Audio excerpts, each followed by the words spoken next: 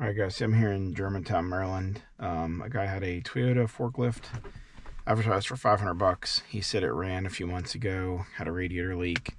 They parked it, got into the forklift. They just want rid of it. It's a business. I've had this experience with businesses before where it seems too cheap, but it just turns out it's not worth their time to try and get another $500 out of it.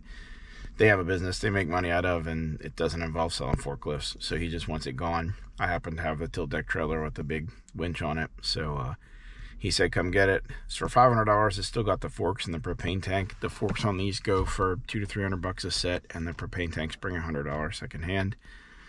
And it's an 11,000 pound forklift, so it'll scrap out for at least $600, probably more. They like the forklifts because they're thick steel. Of course, if we can get it running, then that would be to our advantage. If it has a radiator leak, it may have a blown head gasket. I just don't know much about it. But it's easily worth the 500 bucks he's asking, is my point. So we're going to pick it up. I don't know if anybody here wants to be on camera, but I'm here waiting to pick it up. I've got a semi-truck unloading in front of me. This is just the reality of picking stuff up at a working warehouse type setting. So I'm going to go in. I'm going to try and make contact with him. If he'll let me film loading it and everything, then I will. But I gotta go find the guy and figure out what's going on. So should be cool. It could be a fun project, or it could just be a quick flip to make a few $100s, but we'll see. So I'm gonna break something. I'm gonna film myself doing it.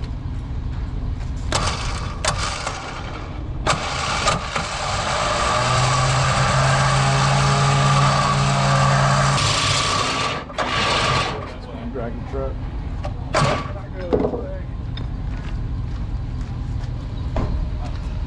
That's got to lock down in 4-wheel drive at least. The best I can do.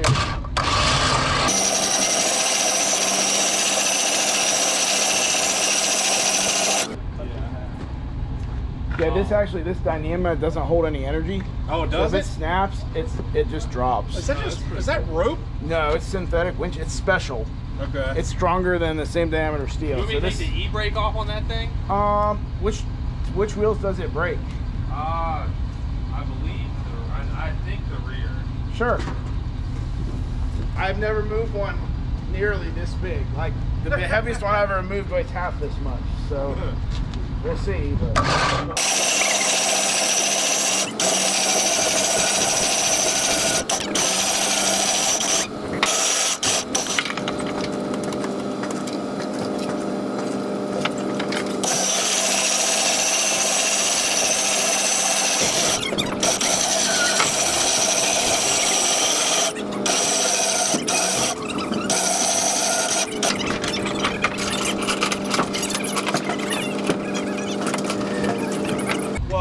It did, yeah. I mean, we found that out after the person was like, it started leaking, pulling all over the place. And the guy's like, yeah, this gauge was all the way in the red for a while. I didn't know what it meant. Man, like, stop fucking driving. Yeah.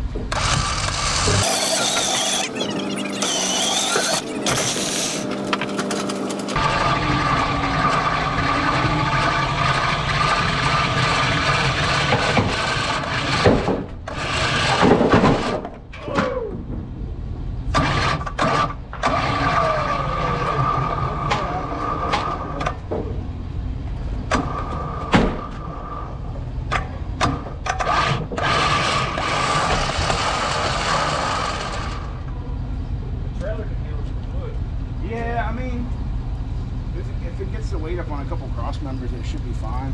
Yeah. I'm not super attached to these boards, but the trees make new ones every day. You need to get it out of there? I think if I double it up, it should pop it up.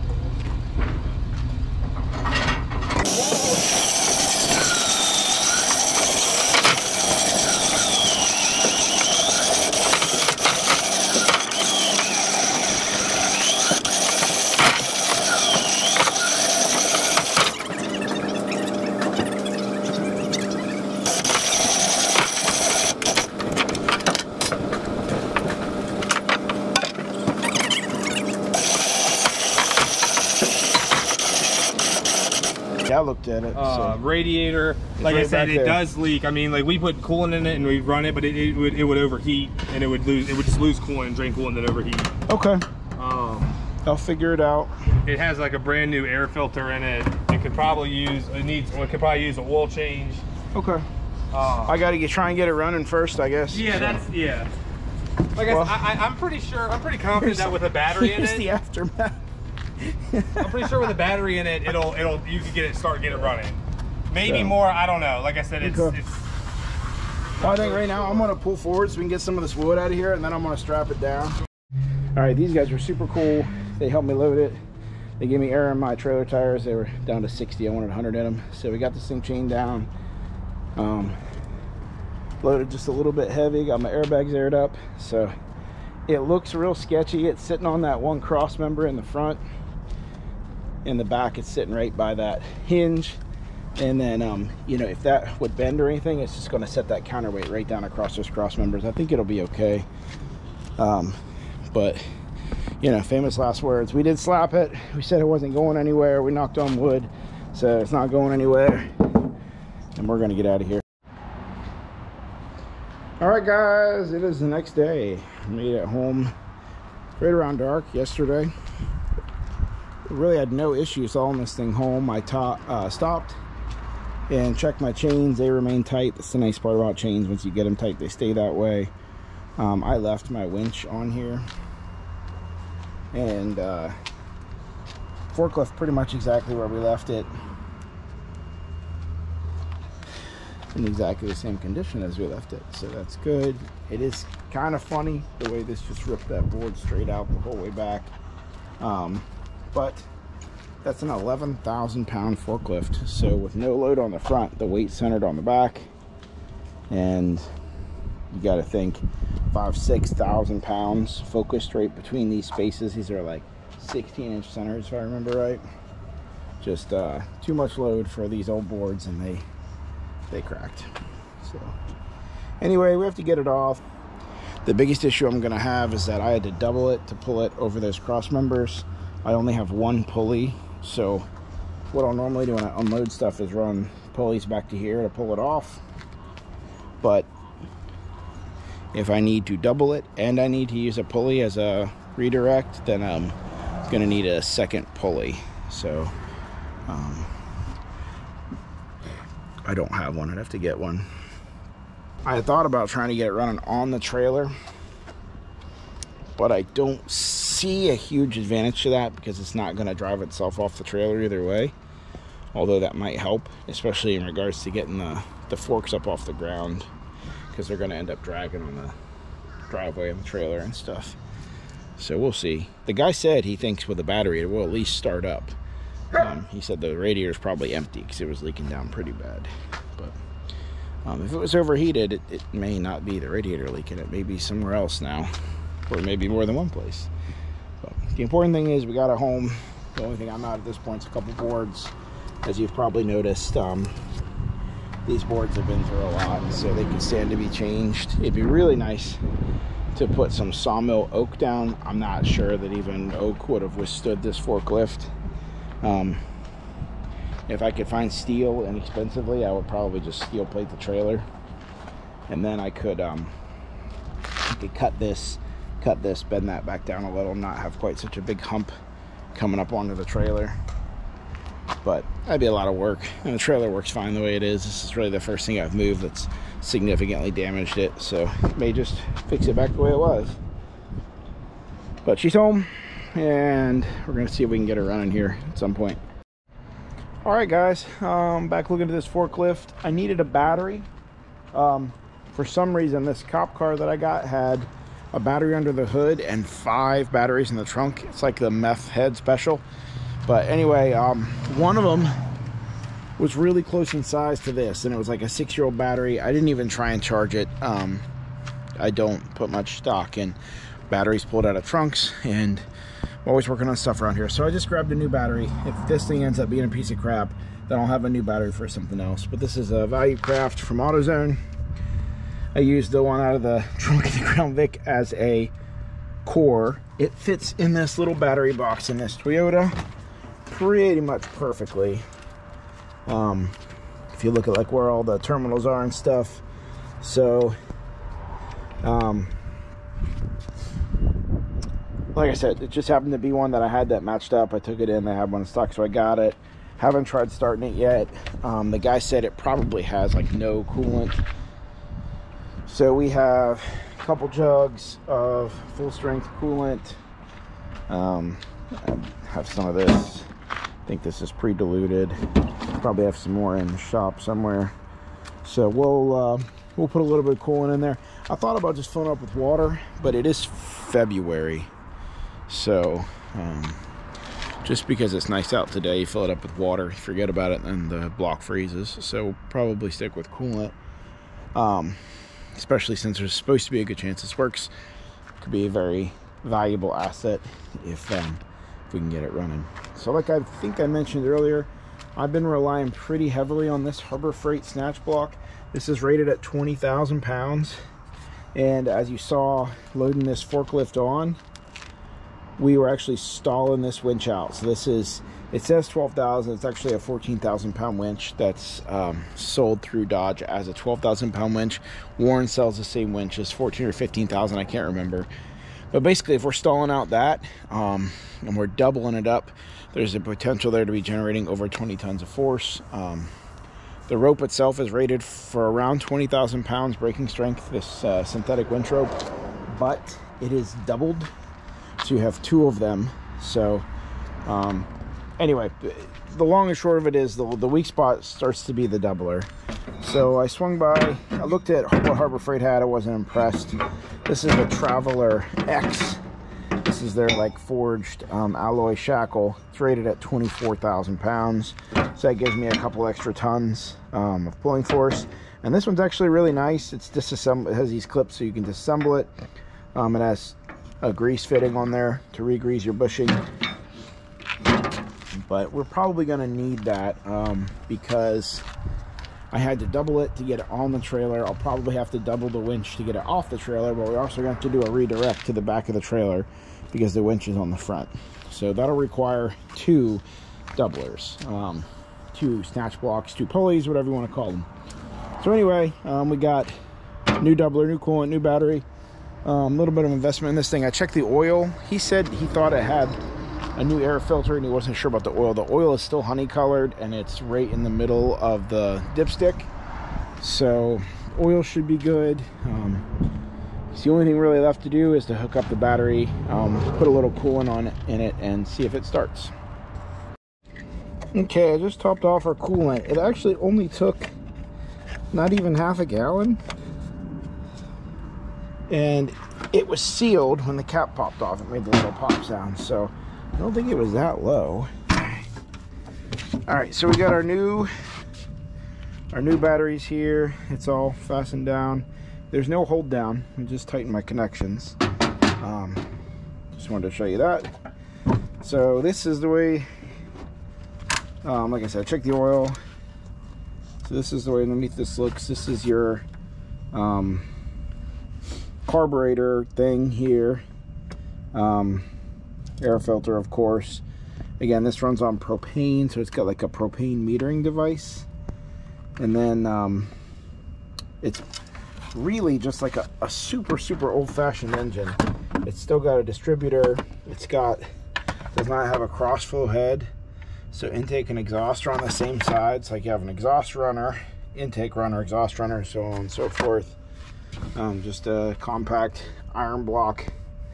It looks like it has aluminum head, which surprises me because I don't even know why you would want that in a forklift, which is supposed to be heavy. So anyway, that's fairly simple. Now, the part we've all been waiting for. This is power on. Headlights.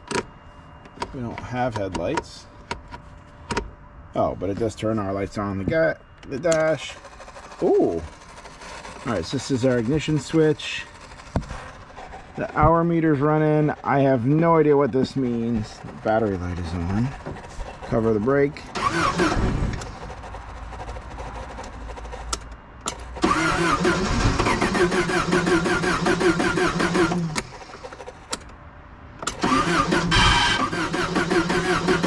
Doesn't sound good.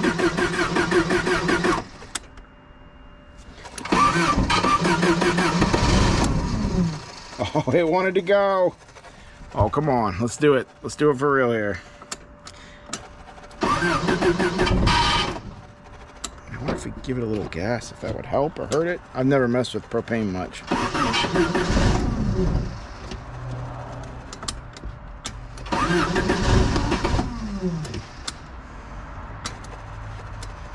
It's weird because like if you turn all the way off and back on again, it'll start, but then it won't keep trying to start, which I'm a little confused by.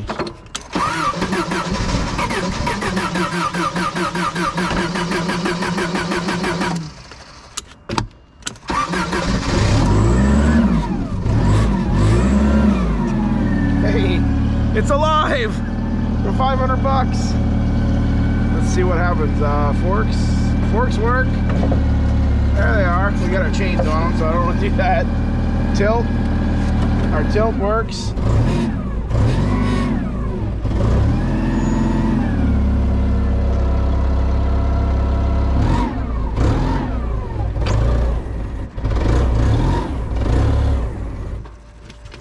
Well, I don't know if it wants to idle or not, but it does work. That's amazing for $500. All right, he said turn that switch off and turn this switch off every time. So we are gonna have to get it unchained, and we're gonna have to get it off the trailer to figure out what else is going on with it. Let me reach back here and turn my propane off before I forget. Cool, dude, I'm beyond stoked. That's awesome. I have no idea what year this is, but 14,000 hours later and she's still starting up, and I got it for 500 bucks. So we'll get it off the trailer, and maybe we can try it out and move some stuff around. Like I said, it seems like it's running. The hydraulics are working once we get it going. Does not want to idle, but hasn't been used in a while, he said. So yeah, can't beat that, guys. Cannot beat that. Hey, so as soon as I ended that video, I just tried turning the propane back on and starting it up again, and I kept my foot on the pedal for like 20 seconds. I could tell it was wanting to die every time I let off, and I guess it just needed to like purge the propane lines and warm up a little bit. So as you can hear, she is purring like a kitten now. So like I said, I can't really do much with it as far as trying to move it, because we still have that chain down with these grade 70 chains. So we'll have to get them off of it, but this could actually help us get it off. Charlie wants to play.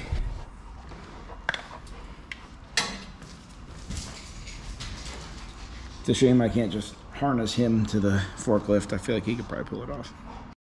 All right, guys, so check this out. I started thinking about it, and I was like, oh, I'd really like to get that off the trailer.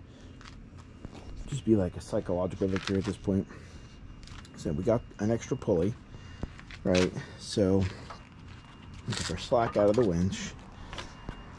We ran it through this pulley, which is just a redirect to get that out around the forklift.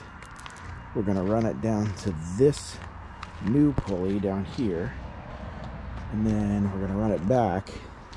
And I'd really like to run it to the center of the forklift, but there's nowhere good except the mast to go to. I don't know. It does have these nice little like tie down holes right here. That's like super thick, maybe 5/8 plate or something. But that's going to end up, I think it's going to end up contacting this, so I have to raise the mast just a little bit.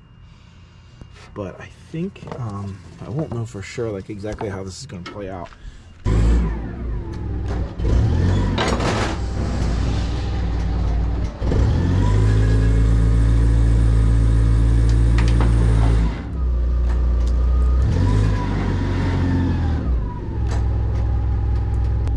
So what I really need, like if I was trying to do this with rigging, what I really need is a third pulley that could go right here, and then this would get hooked to the trailer, and then our doubler pulley will go on our load. That would truly be doubling the pulling power of the winch. This other line here is just a misdirection, and that actually doesn't increase your pulling power, and in fact it takes away from it. It's just a friction point. So if I could pass the line, you know, underneath the forklift, I would have another pulley to be able to double it with, but I can't.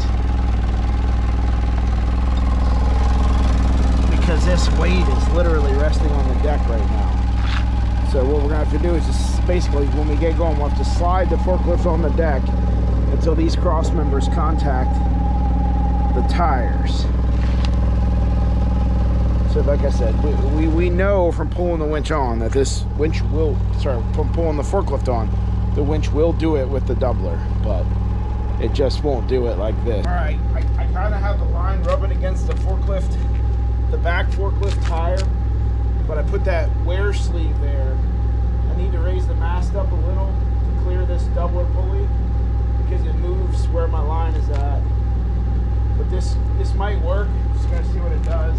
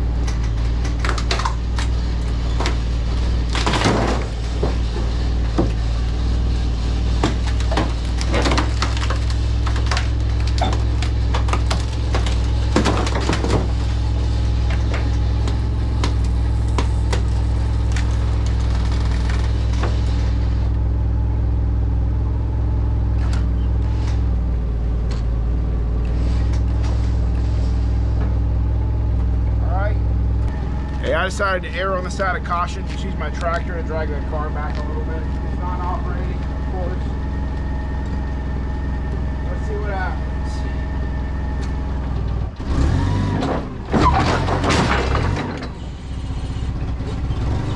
We're almost there.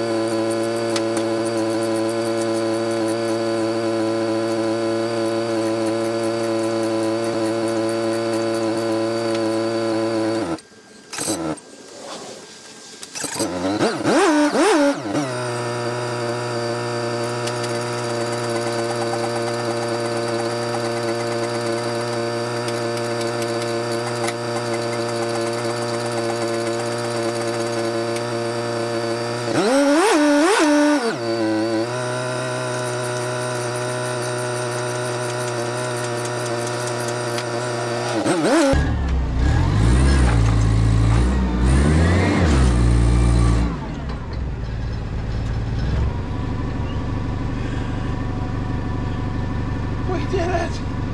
We did it! Oh.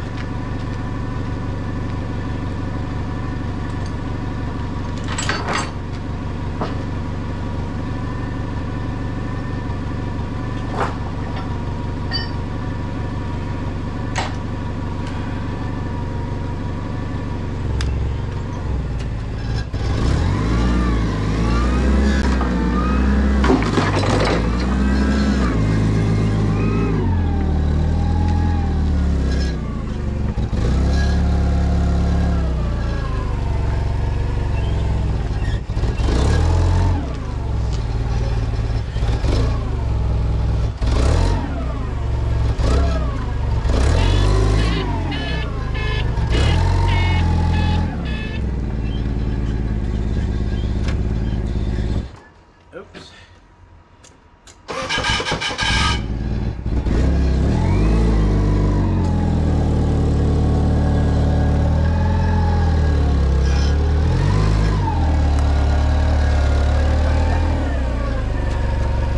All right, we did it.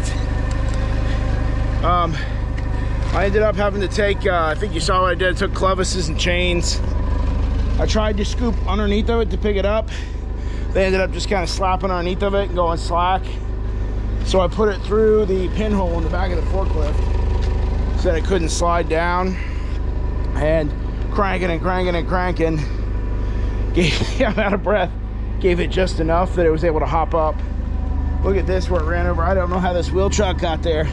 Completely flattened it. Look at this. This was just laying there. And this is like splinters now. Like, I don't think people understand. I sent a picture to my brothers. I said, hey, I found on the internet, they said this thing will lift 6,000 pounds. They were like, no way. Some of them have worked with forklifts before. I was like, I don't think you understand how big this is. This is an 11,000 pound forklift. Like, 6,000 pounds is nothing for this thing. So anyway, I'm super tired, and this thing's really funky to drive. The tires steer 180 degrees sideways. I'm not forklift certified, so I don't want to hit any of my stuff I got laying around. But it's so cool to have this. I can like lift up this Crown Vic, do whatever I want. My wife said once I got it running, she said she didn't know I was serious. She doesn't want me to keep it, but she doesn't know.